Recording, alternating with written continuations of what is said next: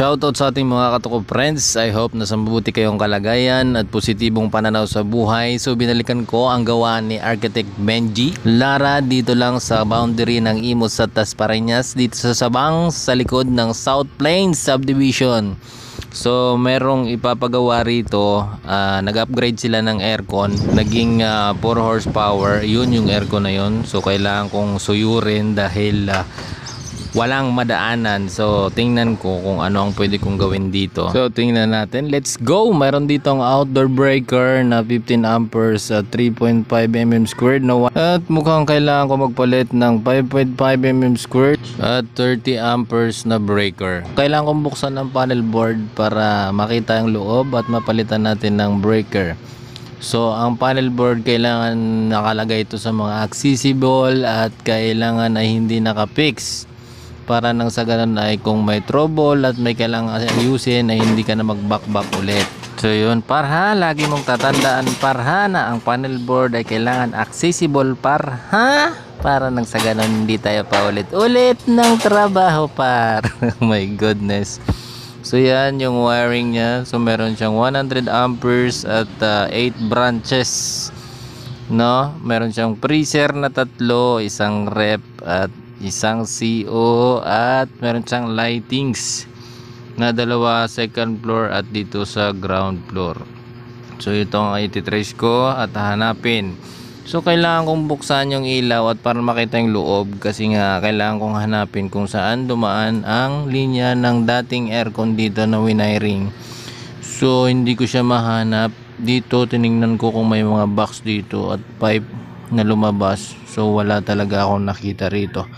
Kaya nagbakbak ako rito ng tiles, kasi meron akong na-save na photo na mayroong marking dyan na mayroong junction box. Wala din. Dito tinry kong magbakbak, baka sakali nandito na baba yung junction box or ang square box. Wala. So kailangan kong umakyat sa taas. Padaanin yung aircon na yun. Oh my goodness.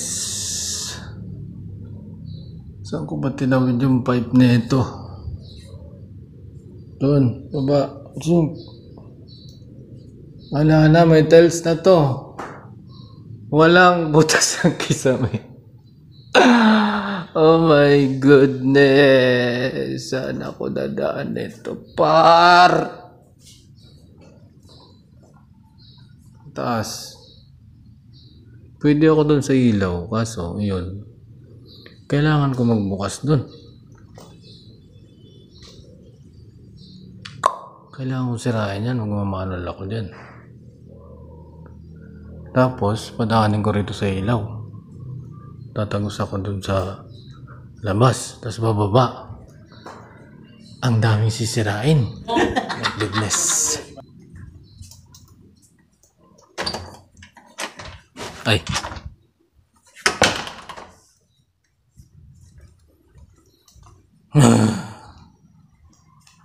wala bang kisame ito dito sa kisame? Wala bang manhole to?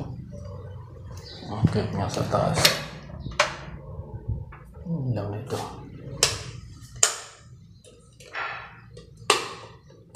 Ano sa ilaw dyan?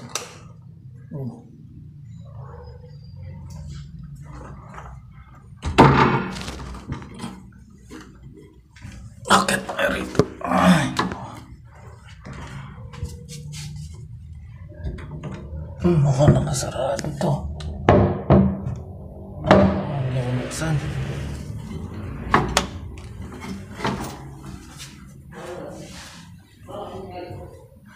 Hindi siya mabuksan. Wala talaga. Walang manhole dun.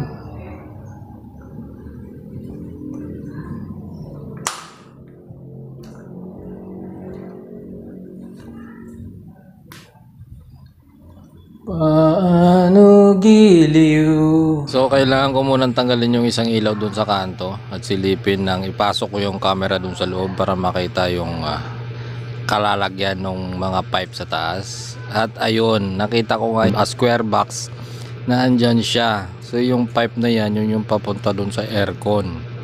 So mukhang mahirapan talaga ako rito, kasi sobrang kitid ng kisame na to. At hindi ko pwedeng sirain tong kisame kasi lalaki at dadami yung gagawin dito. Di bali na magsira ako ng semento, wag lang to siling. Ikaw talaga pag-asa, baka nandito ka. Sa wakas, nakita na rin kita. Oh my goodness. Kaso, ang nangyari, puno na rin siya. Ayan. Diyan dumaan yung lighting CO sa taas, second floor. So that's why ganap ako ng ibang way, kasi pag doon sa ibabaw tatawid pa siya doon sa dulo.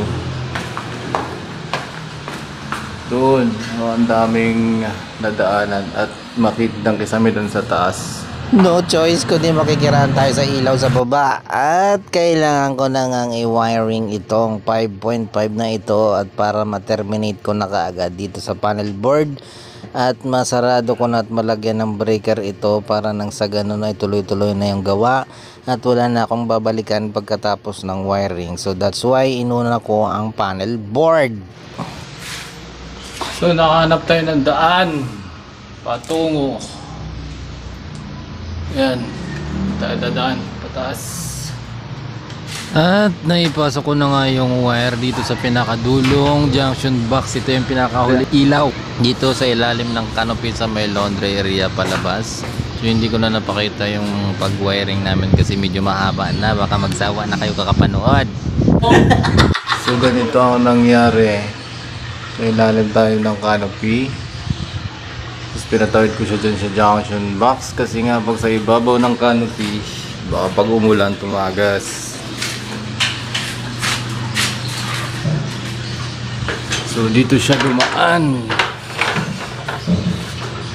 Dito siya nilagay, baka tagasin ng tubig pag magtag-ulan. So dyan siya tataas sa gilid. Binutas ko na rin tong kisame para makalusot sa ibabaw. At para nang sa ganun ay makatawid siya rito sa 4 horsepower na pinalit. So binaklas ko na rin ang breaker kasi nga magsisilsil pa dyan pataas. So yun lang existing dyan. Bakit 3.5 yan? Kasi dati ang aircon dyan ay 2 horsepower. So nagpalit yung may-ari, ginawang 4 horsepower. Ang laki. So kailangan nagpalit ng wire at breaker. So that's why naghanap ng madaanan at ito ang kalalabasan. So later on susunod ko na to. In-render ko lang muna kasi para dire-diretso ako sa shipping. All goods. So dito yung dumaan, tawid dito sa kabilang junction box, tawid sa ilaw, paikot doon, patawid, papunta sa corner, doon sa dulo, tapos lumabas doon sa ilalim ng hagdan, papuntang panel board. Sa madaling salita, winaringan ko na sabay ang piping para hindi na ako mahirapan kasi maraming liko-liko yan. Ang sabi naman ng may-ari, okay lang kahit hindi mo natapalan ng semento yan, ipaparestore ko na lang yan. At pagkatapos ko ang i-wiring ay lalagyan ko na rin ng sealant ang ilalim ng flashing para nang sa ganun pagtapal nila ng semento ay hindi natagasin ng tubig. At gusto ng may-ari na ikabit ko ang stainless na enclosure. So that's why stainless yan par.